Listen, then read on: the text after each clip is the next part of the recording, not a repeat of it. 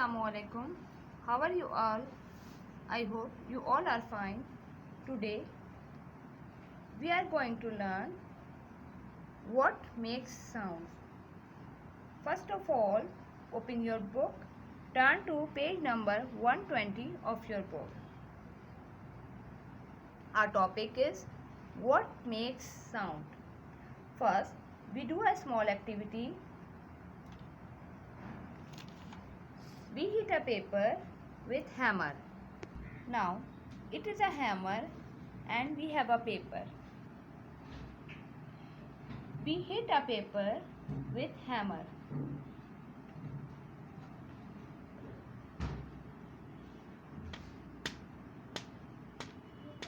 Now look what happened. Yes, it moves back and forth quickly. So, sound is produced when something moves back and forth quickly. Now kids, when we hit something, it produces sound. So, let's do another small activity. When we hit plate with a hammer, it makes sound. When we hit box with hammer, it makes sound.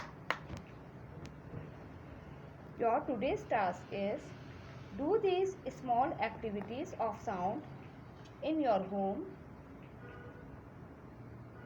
and do question number 1 given on page number 121 in your notebook.